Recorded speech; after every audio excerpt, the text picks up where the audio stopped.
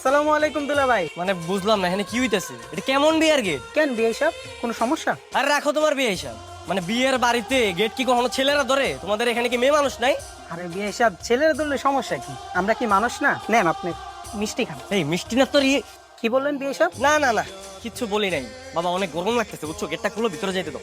আরে গেটের ফর্মালিটিস তো আরো অনেক বাকি, একটু অপেক্ষা করেন। এত ফর্মালিটিস মেনটেন করার টাইম নেই। এই মামা, ওকে 20-50 টাকা দিয়ে দে তো।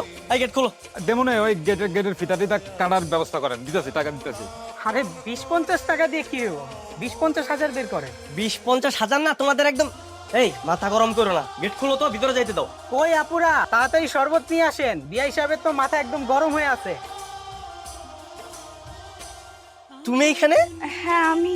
তুমি এখানে কি করে? ও মাই গড, আমি তো মানে কল্পনাই করতে পারতেছি না যে তোমার সাথে আমার আবার দেখা হয়ে গেল।